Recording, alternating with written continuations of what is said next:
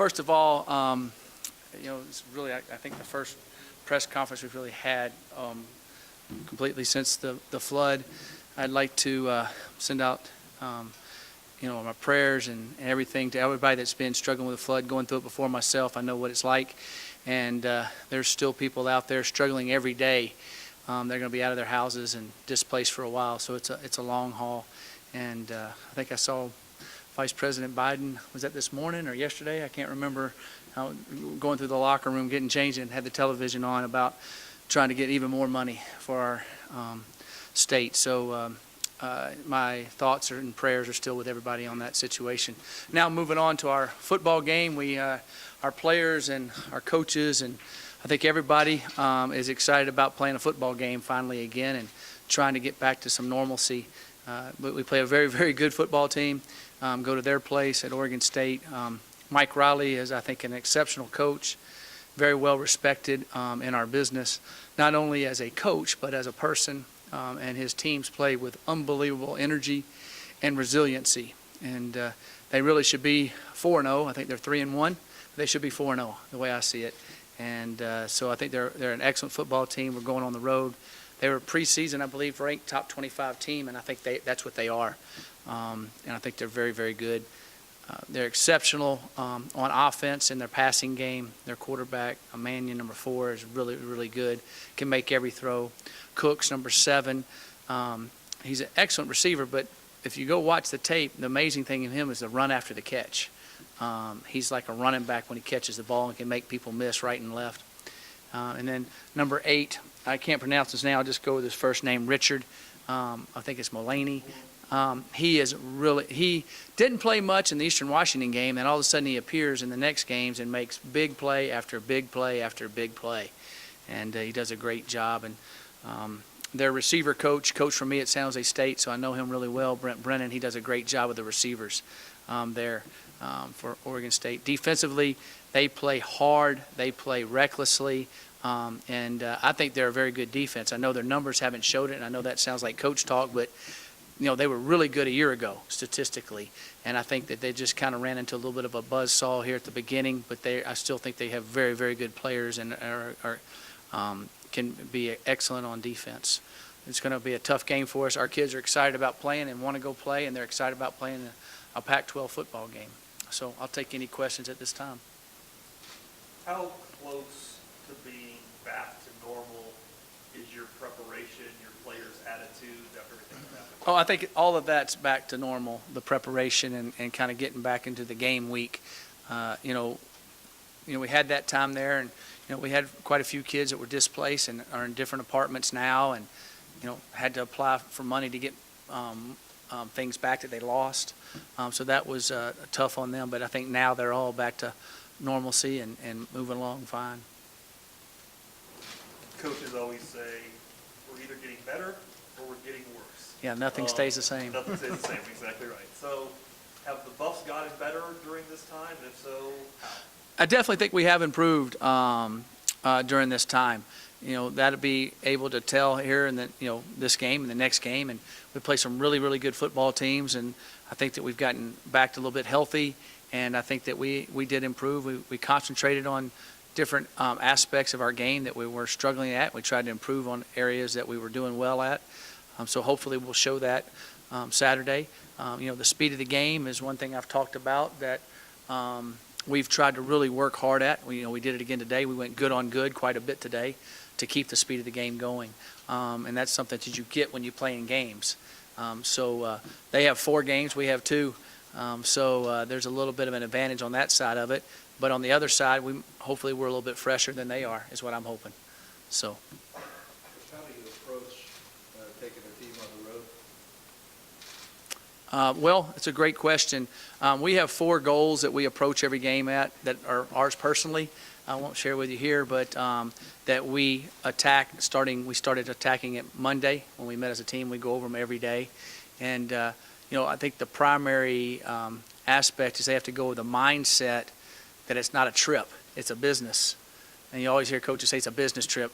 Well, you're going there with one thing in mind and one thing only, win the football game. And you have to understand that. You can enjoy all the stuff and take it all in, so to speak, but you have to always have the the mindset and the perspective, you're going to win the football game at all odds. So, but it's something we talk about quite often, and we do have a formula we follow, and the way we travel and the things we do and how we meet all work towards that. I know, obviously, the Buffs have had a little bit more success the past couple of years on the road, but not a lot of success for anybody who's on this roster. And I know you dealt with that a little bit at San Jose State, too. Is there anything unique about overcoming that?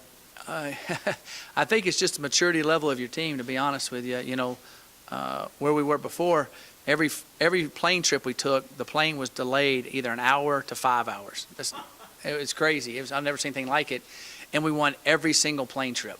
So I don't know how much the travel, it's the mindset of your kids and the mindset of our coaches. So us as coaches always take the mindset, we're not going to get ruffled, we're not going to get upset about being somewhere, we're not going to get upset if the food's cold, we're just going to stay focused on what the main thing at hand, and hopefully we set the tempo of that as coaches. And this is the first time for these young men to travel with us, and we have talked about every scenario with the team already and tried to prepare them for anything that happened, to realize the main goal is to win the football game. This team had a nice wave of momentum it was riding with the 2-0 start. I have to imagine that as a head coach, one of your concerns is how do we maintain that momentum Right. over the 28 line? Yes, go win the next game. That's what we have. That's what we need to do.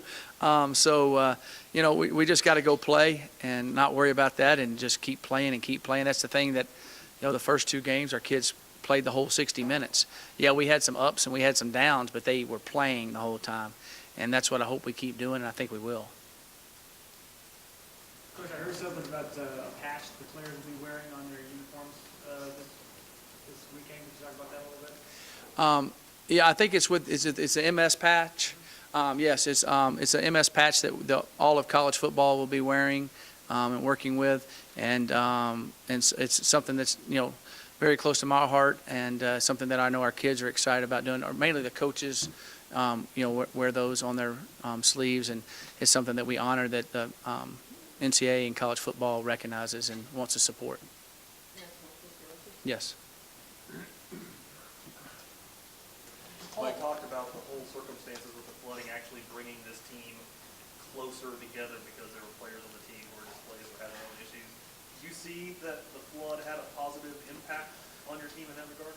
Well, I think that definitely it taught a life lesson. It made them refocus, realize how precious different things are in life, and also at the same time, I think when it does that, things that you get to do that you're kind of, you've worked hard and have an honor to do, and I think it makes you refocus on that and take everything, don't take anything for granted, so to speak. And so I have seen that with the team, and sure hope that it has brought them closer together and keeps them stronger. Mike, do you know how close you guys are to filling that vacancy in the schedule? You got a crystal ball? I know, I've said this 100 times. I mean, I talked to Rick last night late. He's working on it extremely hard. I know they're working on some things today. There looked like there was going to be some things happen, and then they didn't happen. Now it looks like there's some other things that are going to happen. So I don't know. I keep saying that I'm going to find out in any hour now, but we haven't. But I know Rick is working really, really hard at it, and something good to come of it. One team that seems to make sense is San Jose State. Uh-huh. Would you like to play against No. a former team? No, will not play San Jose State. I don't want to go up against young men that I've gone against before that I care deeply about. I don't think that would be the right thing to do. That's for sure off the table right now. It is for me, unless somebody above me makes a decision on that. I mean, San Diego State has an opening too, where they played Fresno the following week. That doesn't make any sense for them either. I mean, do you see any team that would want to, let me ask you, a coach with a bye, what scenario would you see giving that up? If you needed another game to win, you thought you could win to come to a bowl game, that would be my thought process on it. If you don't think you can win, they're probably not going to play us. So, on that side of it, just talking as a coach. But hopefully we'll work something out and get there to it. So, Mike, I don't know, so I'm asking, what is the hardest to replicate in practice? And I'm guessing tackling and speed. And therefore, how do you try and keep up that without another team to test it against in this layover? Right, well, we went against each other. We kind of did it like, a little bit like a miniature spring practice. We've gone against each other more than you would have during the season at this time. And then we had competition. We kept score. And when you keep score, the guys are competing even harder. Those are some of the things that we did on that. And we did a lot of tackling drills. We've done a lot of those type of things like you would do in fall camp to keep that going. So it was kind of a miniature spring practice, fall camp. I try to combine the two to be able to help us keep the speed of the game. And basically it's ones against ones as much as you can.